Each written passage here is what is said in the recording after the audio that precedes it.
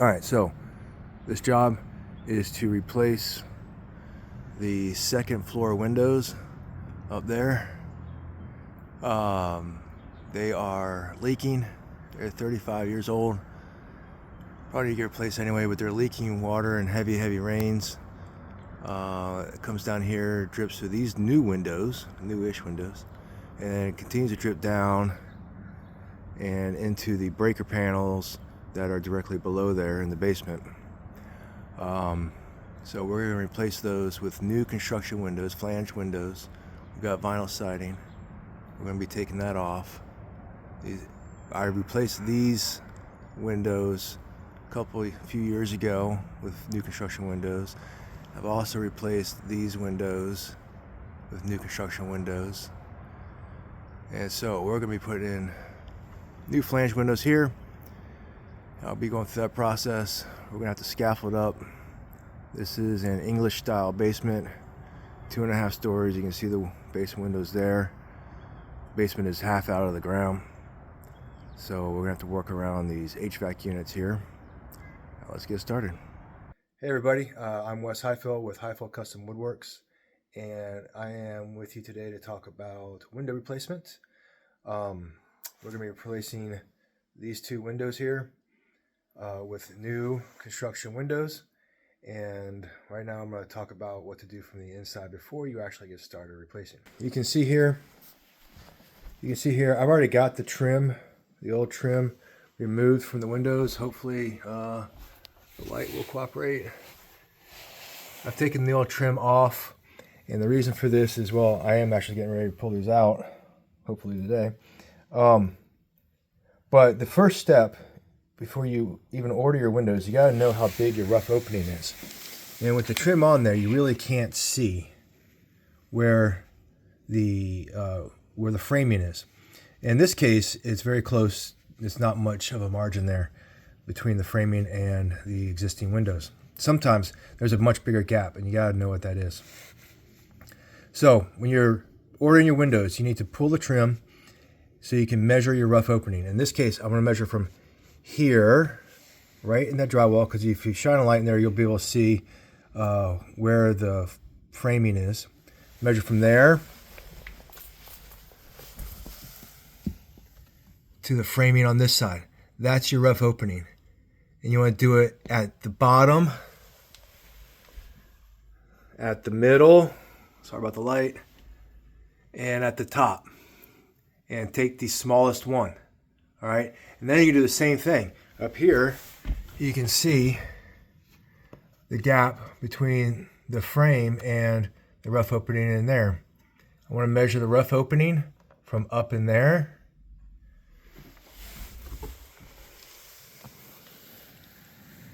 to down here. All right, that's your rough opening. If you look in there, you'll be able to see the framing. That's your rough opening. You want to do it on right side. Do it at the middle. Do it on the left side. All right, so you got 3 of those. Take the smallest of those. And then you also will be well advised to measure how square your opening is by measuring diagonals from one corner to the other. And then another corner to the other. All right. If those measurements are exactly the same, you have a perfectly square opening, which is unlikely. All right, but you need to know how out of square your opening is, because if it's too out of square, you might want to adjust your RO measurements when you order your windows. Here on this window, you can see the gap better. There's a bigger gap between the rough opening and the frame. Okay, so you need to be able to pull that trim and see those gaps and measure your actual rough opening. Order your window based on the RO and how square it is. All right, that's step 1. So order your windows. I have ordered my windows.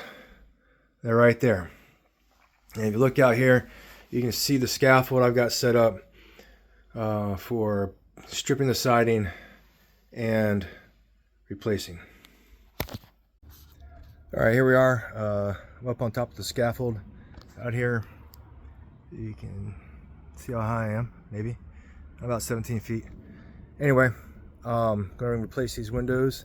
First step here is we got to remove the vinyl siding. Flip around. Okay, this house has vinyl siding. I hate vinyl siding personally. However, one good part about it is that you can remove it and hopefully reuse it. So let's get started. We're going to start by removing the top strip, and then the rest of it should be a lot easier. The first tool we're going to use is the side swiper. All right, so the way this is going to work, we're going to find the edge, because these are two per piece. All right, two of these lap side profiles per piece. We're going to find the edge. This is going to slip up underneath there. All right, let's see if I can do this one-handed. Slips up underneath there, and then you're going to pry it. It's not always the easiest. All right, until you get it opened up, and then you can reach in there and start pulling out nails. All right. Okay, so you literally just pull this up with one hand, reach in there with the pry bar and pull the nails out. It's usually really pretty easy. They shouldn't be that tight in there anyway, because you hang vinyl siding, you don't fasten vinyl siding. All right, so once you got all the nails out, it should, in theory, sorry, I'm one-handed here, should, in theory, be able to pry it down and pop it off the piece below it. Okay, these top pieces. Okay, we've got this last piece that goes into a trim, a receiving type trim like this. I don't know what they're called. Usually, they're cut off and they form these little tabs that fit up inside here. And so you just got to start at one end and kind of work it, all right, with your Sidewinder tool. Now let's see if I can do this one-handed. You can see how it just popped out, and then I'm going to slide past it, come down to the next one. Yeah, there's trash, all kinds of trash back there. And keep on working down to get all those tabs out. Sorry. All the way down. That's the only thing that holds that top piece in there. All right, so one thing I like to do if I'm going to be reusing siding is I like to number them. All right, use a Sharpie. Just number them in the order they are. They come off from top to bottom. I already got number 2. Here's number 1. I already got number 2 marked. Then I number the wall. This will get covered up eventually, but I'll take a picture so I remember the order. All right, 1, 2, so on and so forth. And then when I go to put it back, I should be able to figure out the order that it went. That way I'm not trimming siding and I can just reuse it. Okay, once you have the nails out of a strip, if it's not just popping off of the piece below it, because they do, the bottom edge hooks into this from the piece below, okay? If it's not just popping off, then, again, one-handed, you can use your Sidewinder tool to reach in there and try to grab it, okay, and get it started. Once it gets started, it's usually pretty easy. There you go. And that'll come off. Okay, another tip. This is a lot better done when it's not freezing out, okay? Vinyl siding is pliable when it's not frozen. If you do this when it's really cold out, you run the risk of shattering your vinyl siding and then you're gonna have to replace it. All right, so do this when it's decent weather out. It's about, I don't know, it's in the 40s or 50s right now where I'm at. So don't do this when it's freezing. Okay, so I got the siding off on the left side of the house here, or left side of the windows, excuse me. And you can see this crappy, terrible sheathing that they built this house with. This energy brace junk that should be banned, but whatever. This is also their supposed air barrier, water barrier, weather barrier house wrap. It's terrible. And you can see this gigantic, I mean, almost 1/4 inch gap in this sheathing / weather barrier that goes straight into the wall cavity. That's ridiculous. Okay, so I've got the siding removed from around the windows on the outside. I got the trim, the siding type trim off around the windows.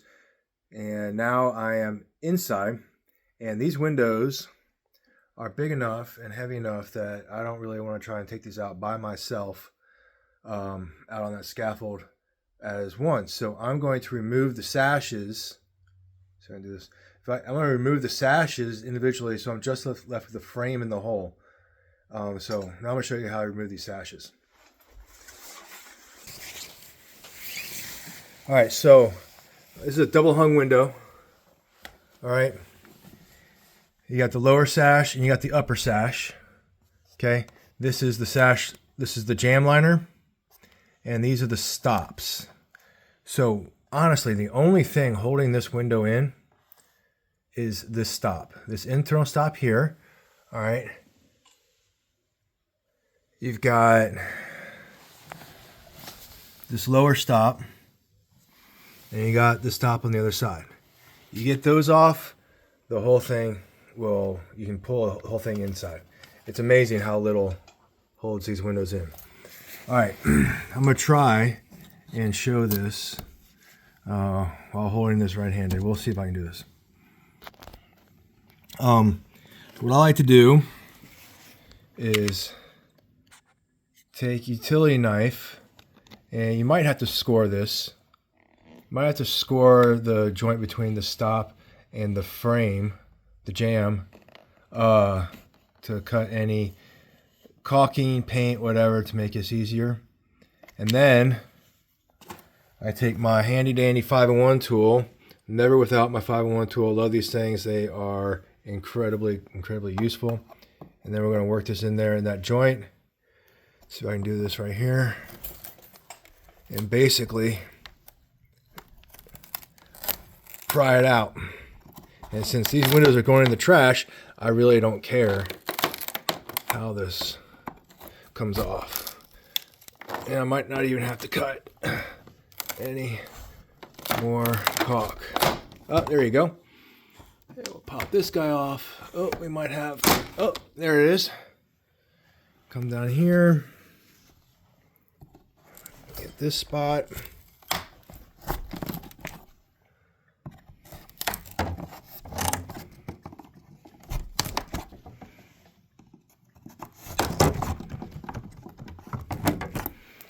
Okay,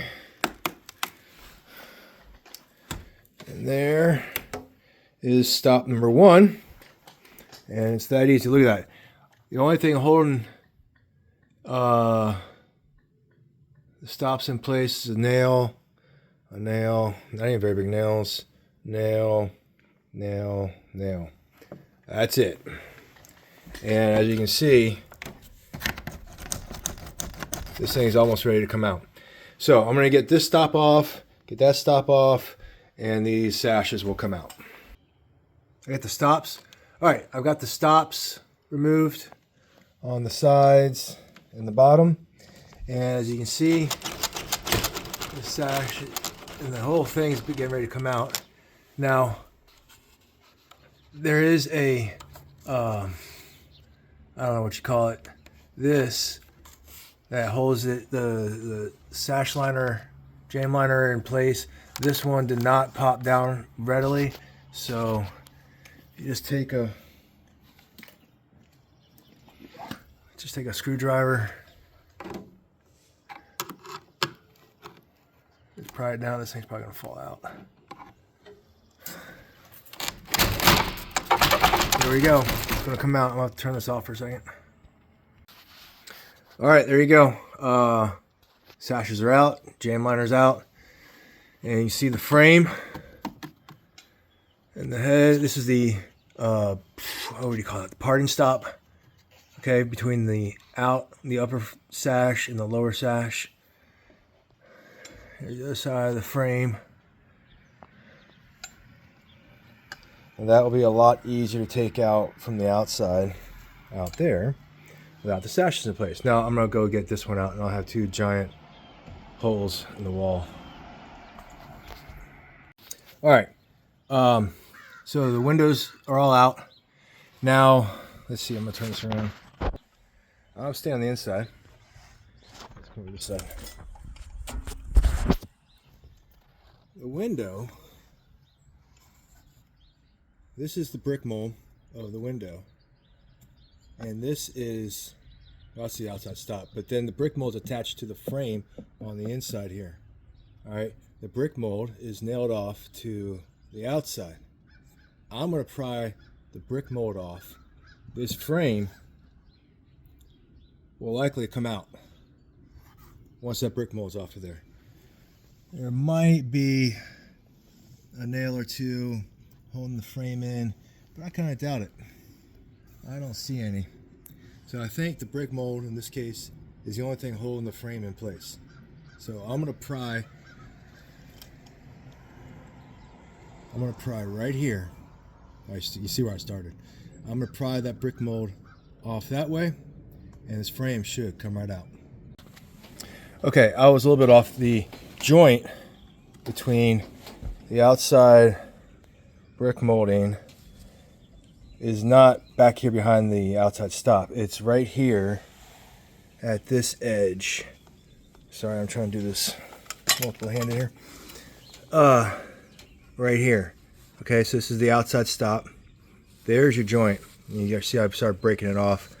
These are attached with ring shank nails, which are really going to hold. Okay, so you just got to pry. It's going to break off. This is going in the trash, so who cares? You see over here, I got this one off. The brick mold is attached to the frame here, and then nailed to the outside here. And I just got to pry it off and break it off. Okay, the sashes are out, the jams are out. I've cleaned up the RO rough opening pretty well for all the old spray foam. All right, get this out of the way. And for that, again, we just use a 5-in-1 tool, scrape it all off there, throw it out. Now, I've got this, the old window, they had this excess drywall, I don't know why. There, I'm gonna just trim that off with the rotary tool. Same thing over here, all right. And then I'm gonna do it up the sides, just make that nice and purty before I go prep it, excuse me, for my new, I got a bunch up here too. And I'll probably fill that gap with some non-expanding or low expansion spray foam, the blue can, just to provide some more insulation, because you can see they got jack up in there.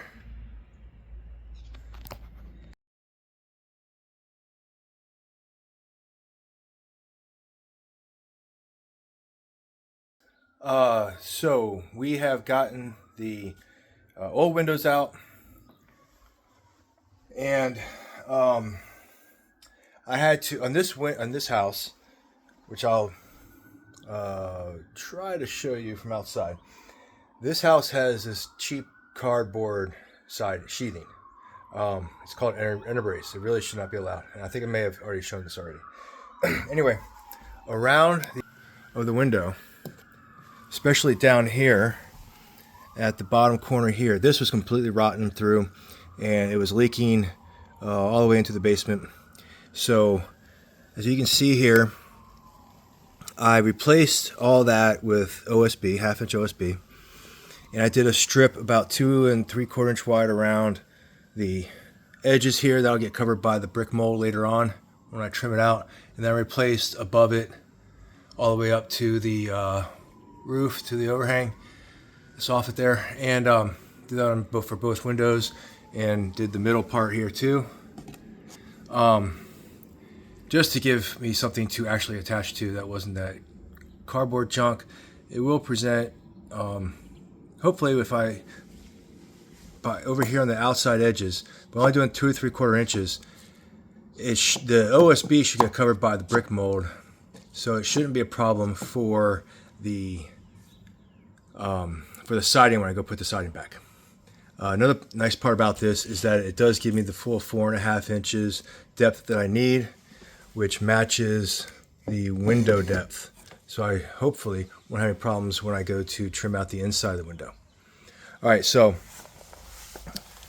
this is the rough sill. Now, do you see, let's see, can you see hopefully you can see the bubble. It's way over there on the right, which means this sill is sloped inwards, at least on this end. That's really bad. Any water that gets in here is going to be funneled to the inside of the house. Exactly not what you want. Let's check this side. Oh, look at that. This side's the opposite. So this sill is completely twisted. That's going to be fun to deal with. And then this sill over here,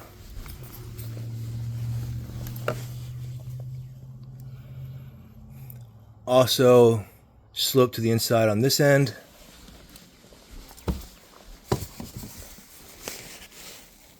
And sloped to the inside on this end. There you go. You can see the bubble there on the left. So that's got to get corrected. And so we're going to use some beveled siding, bevel cedar siding I just picked up, and we're going to slope that to the outside before we flash our sill. I'm going to cut that piece of siding outside. I'll cut it the full depth of the sill, just inside. I'm going to keep it inside the drywall, so the drywall it's not overhanging the drywall. There's no need for that. And then we're going to shim on both ends the spot where the window is going to rest. All right, so I'll get that done and then come right back. Okay. So I went out and I ripped my bevel siding. It's a piece of cedar bevel siding. My supplier's got it 8-inch wide, whatever length. I ripped it down to 4 inches. Okay, so this fits in here just like that, and I'm gonna nail it in with some finish nails so that this edge is just inside the drywall all the way across. All right, and I got a little wiggle room, just a little, about 1/8 inch or so down at each end. And you can see here that now I'm gonna put my torpedo level on there. I am high to the inside, which is how it should be. So I'm going to use my finish nailer. Shoot some 1.5-inch finish nails, 15 gauge finish nails in there. Now, wear your safety glasses when you're shooting finish nails. I have had finish nails fire back on me, come clear out of the wood and shoot clear across the room. So be safe, keep your eyes. All right, once you got the bevel siding nailed down, next step is to cut your WRB. Where did I put my cut your WRB. You're going to cut this in an I fashion. We're going to start in the middle at the top. We're going to cut straight down to the bottom, and then we're going to cut side, side, and at the top, side to the corner, side to the corner. All right, we got the WRB cut, and as you can see, let me grab this. It will wrap around to the inside, and since this interior is already finished space, we're going to cut this off about where the drywall is, maybe 1 inch or 2 back, so I can tape it. And then we'll staple it in, tape it all up. All right, so we're gonna cut this off, wrap it in, staple it off, cut it off, and then tape those staples.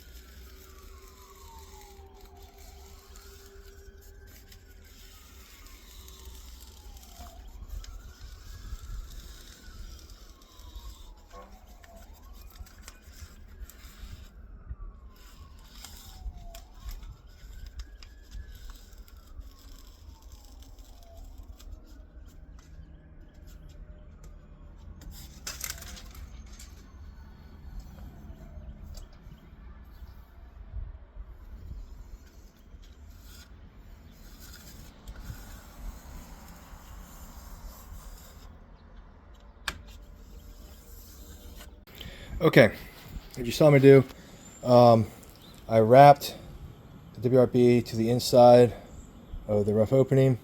I stapled it.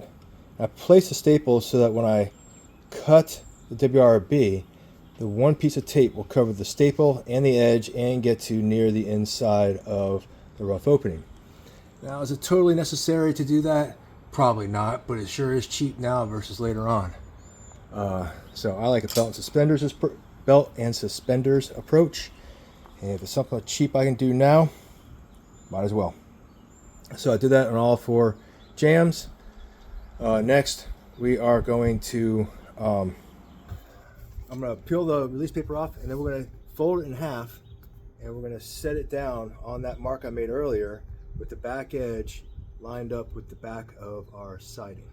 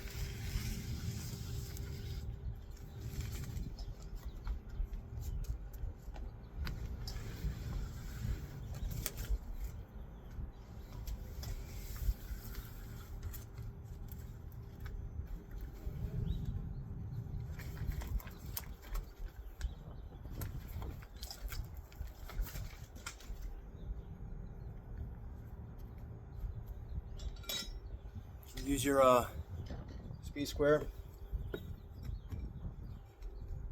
Get it tight in the corner.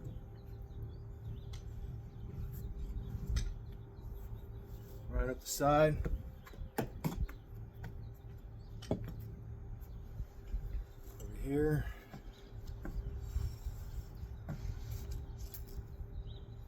Tighten the corner. Okay, now the point of the flexible siding, or flexible flashing, we're going to take this piece off. Alright. We'll go about that far for now. And we're going to roll it around the corner.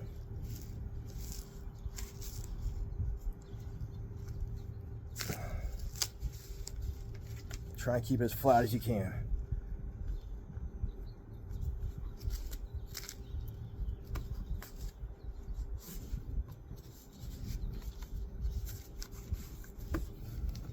Okay. Again, keeping it flat. Wrap all this. We're going to come back and J-roll this in a minute.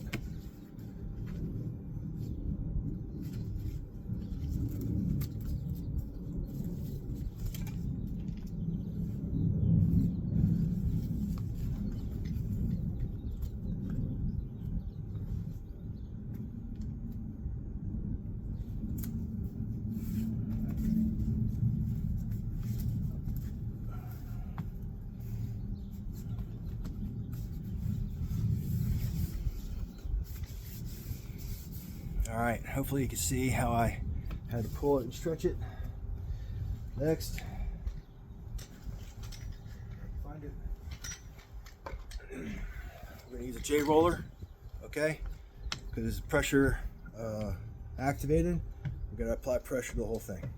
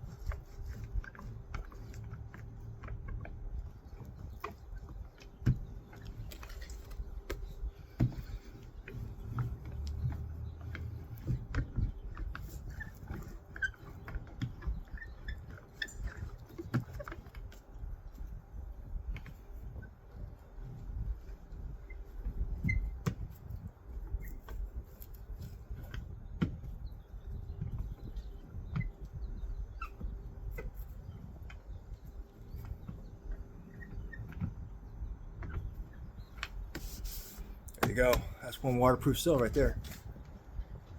Same thing other side. All right, now that we've got our sill pan flashing in place, we're going to shim in the corners where the window jambs are going to rest, okay? So the window jambs are the only things that are going to rest here. The rest of it is just kind of supported by the outside sill, but this is where the weights are, okay? And per the instructions, manufacturer instructions, this is exactly how you do it. So, but since this is sloped, right? Remember we sloped this. We sloped the outside. I want to give a level spot for the window jambs to rest on. Now I know that my window is 33 inches wide. This is 34 inches wide, so I need to make sure that these end up about a ½ inch in underneath where the jambs are actually going to be. So I want to be level front to back, and I need to be level left to right. I'm going to get my level.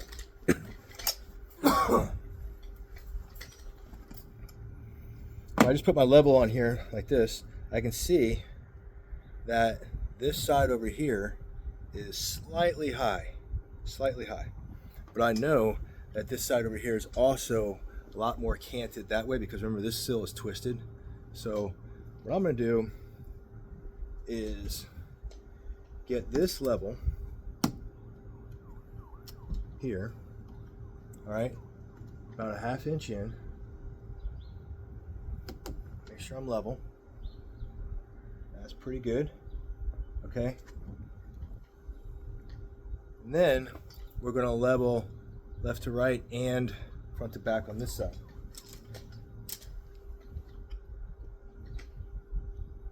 Really going to want to fall. So if I put my level on here like this, oh, I am almost level.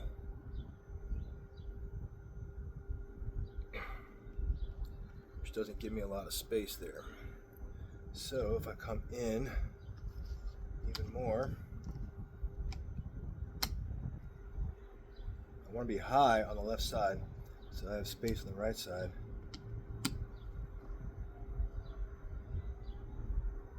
shim. Okay, that's high. Bring in just a little more. That's high on the left side. So I'm going to actually nail that in place. Again, wear your safety glasses.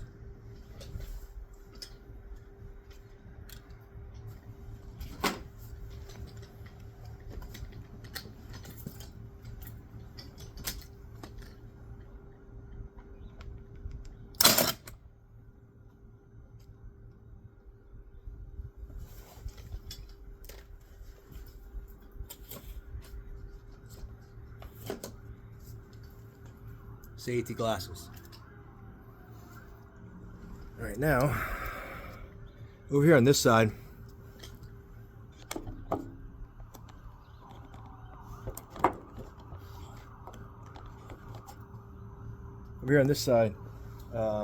believe it takes 3 shims to get level. Oh, that's actually still too high.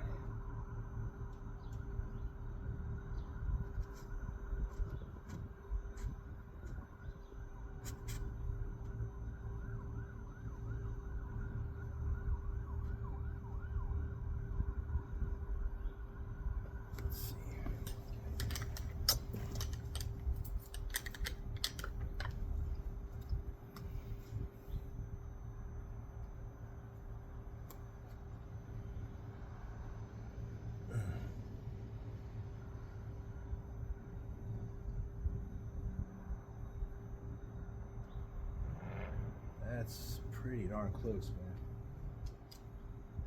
I don't think I can get 4 is going to be way too much. Yeah. Even 3 is a lot. Alright, but I also know that's too high over here.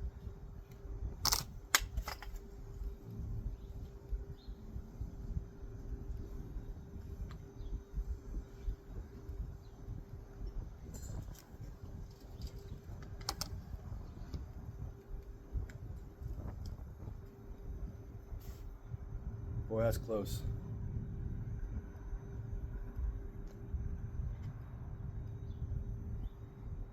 That's perfect.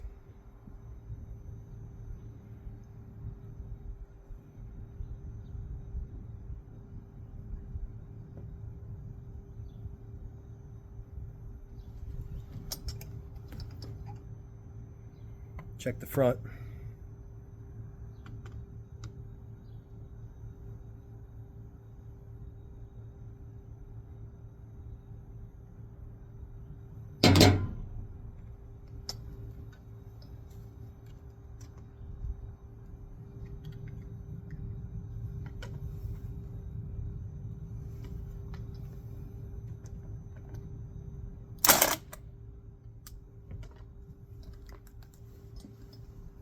Now, snap off your shims, and we're about ready to put our window in.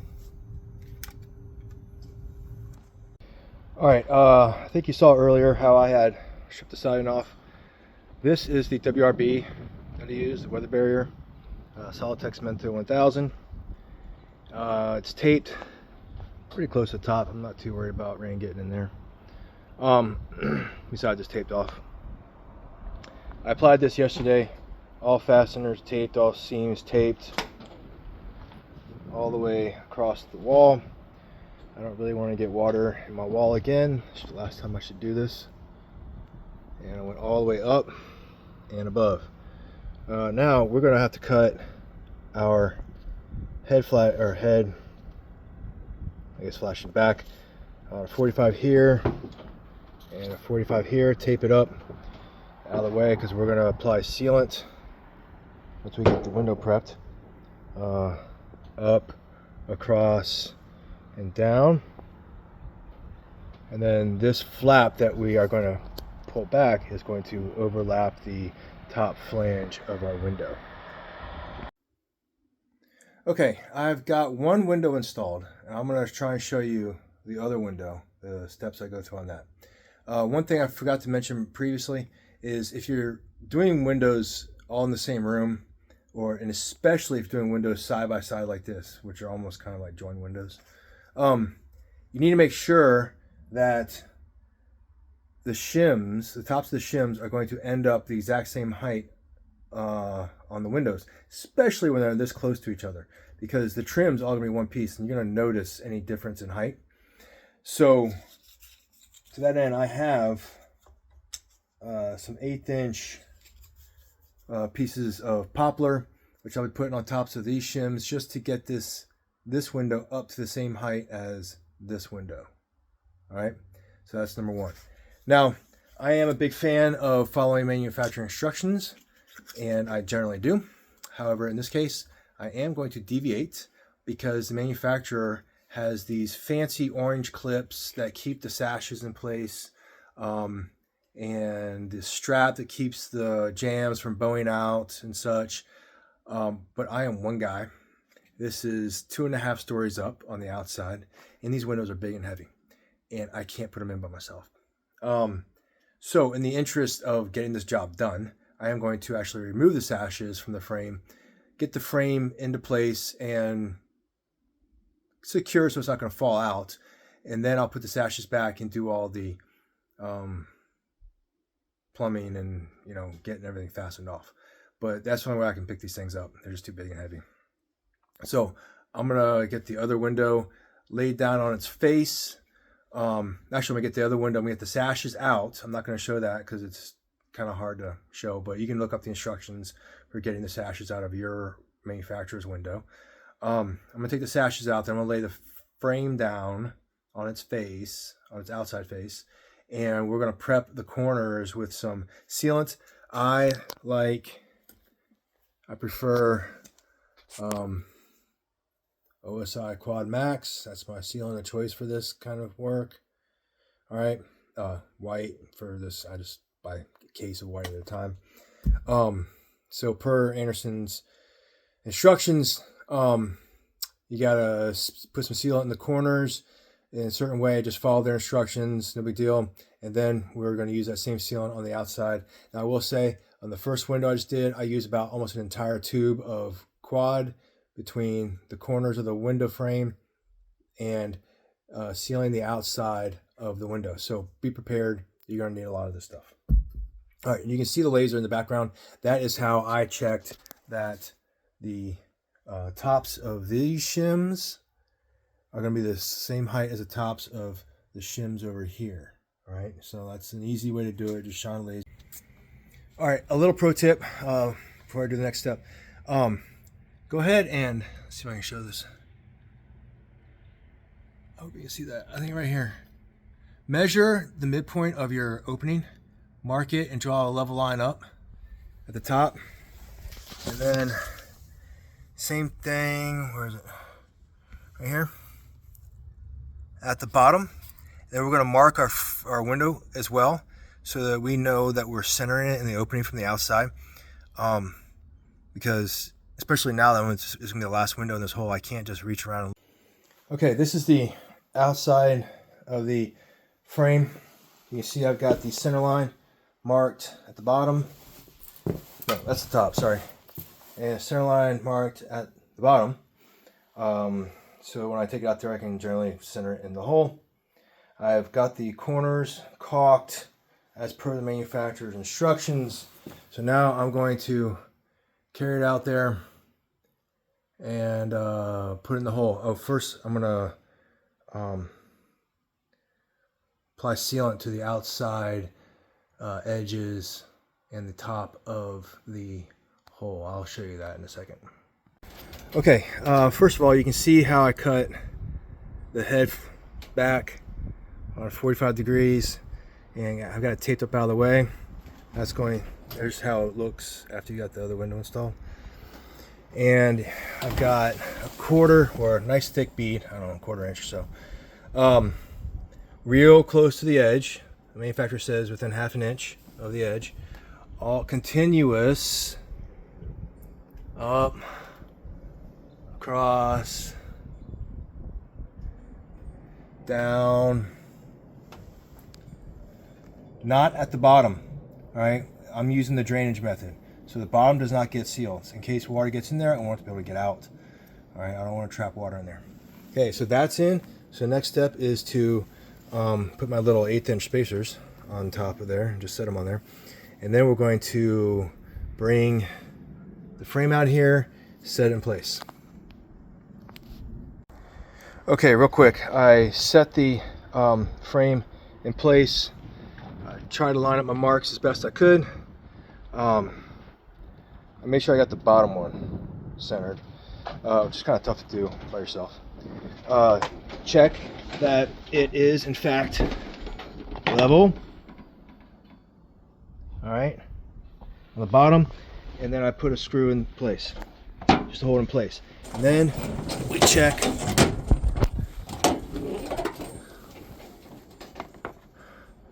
that it is in fact plumb, okay, and generally not bowed. We can kind of fix that later on. All right, I don't have any gaps between my level and the jamb, at least the outside of the jamb, and I put a screw up there, hold in place. And then we're going to start checking measurements. Okay, so everything's looking really good. I have checked for plumb and level on my headers and bases and jams, and I went ahead and put a screw in the other bottom corner and the other top corner. Okay, and I can double check again that I am in fact plumb. All right, and it's looking really good. I don't have any kind of bow or anything here. I can check the other one.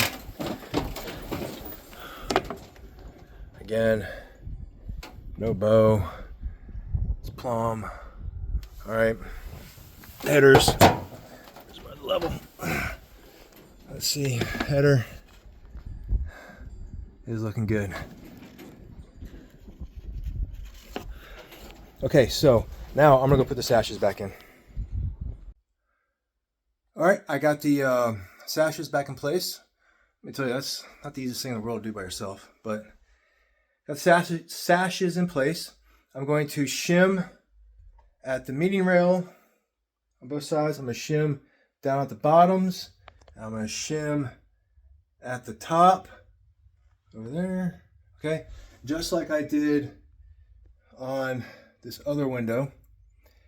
Make sure I'm not bowed or anything like that from the inside. And then we'll go outside and we will screw the whole thing off. And I'll show you the screws I like to use and how I go about taping, weatherproofing the flanges. Okay, I have shimmed the inside and I've checked it for no bow in the jams. All right, I got them shimmed. They're the same measurement across. Oh, I need to check for square. So I'm gonna measure diagonals. Let me turn that around. So we're gonna measure diagonal from there down to there. And then from up there down to there. And they need to be within 1/8 of an inch. All right, that's square enough. That's what manufacturer says. I kind of like it to be better than that, but you know, reality is reality. So I'm gonna check for square, and then we're gonna screw everything off. Let me show you the screws I like to use. These are Spax multi-purpose exterior screws, number 8 by 2 inch. These have wafer heads. All right. These let's see here. These really thin heads. Let me hold up there so you can kind of see. There we go. Okay, really low profile heads, so that they don't present a problem when I go to trim out. I think Lowe's carries these. I know McFeely's carries. I bought these from McFeely's. There's another option. So we're going to screw them off in every single hole except, yes, every single hole. All right. And then we're going to tape off, and I'll show you that. Okay, I have screws in every single hole on the second window, and I'm gonna we're gonna tape off and actually weatherproof this thing.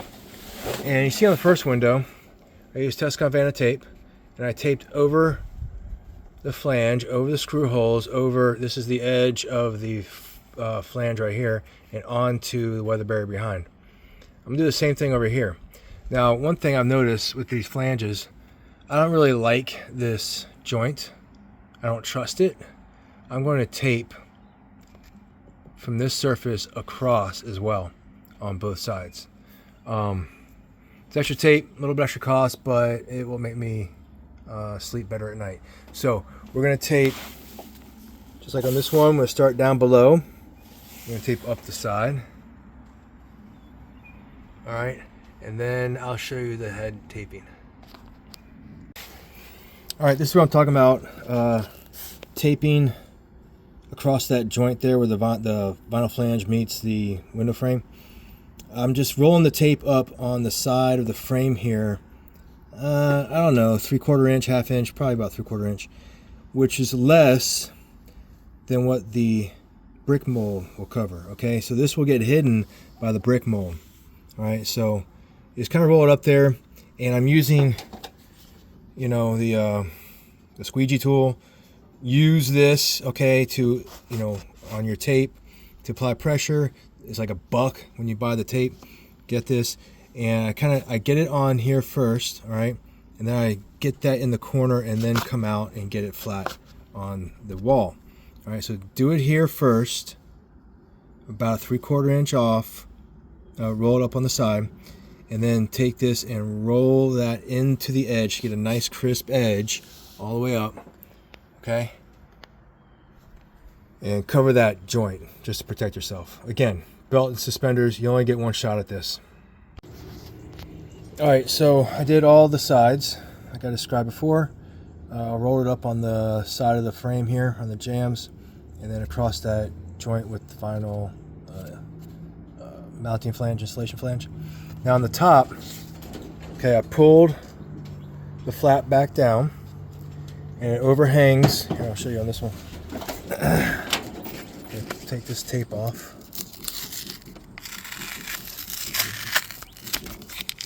And then this will overhang, okay? Do that.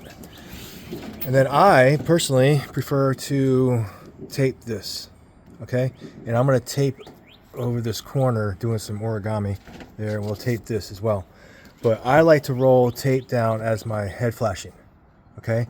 And And I run all the way out to the edge. First of all, you won't be able to see this because I am at this point almost 20 feet in the air.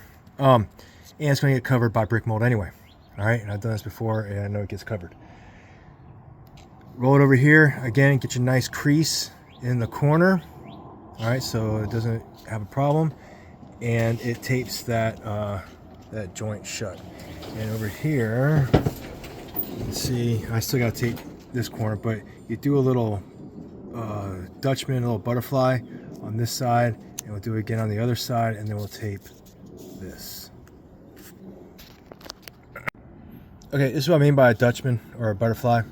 All right, so you cut a piece like this, and that's going to wrap right there and cover that joint up. All right, all done outside, at least until I do the exterior trim and the siding. Inside, I've trimmed off the shims. Now I'm going to foam. This is the foam you want to use. All right, a non-expanding or low expansion foam, so you don't bow everything out. And what we're going to do is we're going to shoot it in all these gaps. Okay, and I like to shoot it underneath there as well.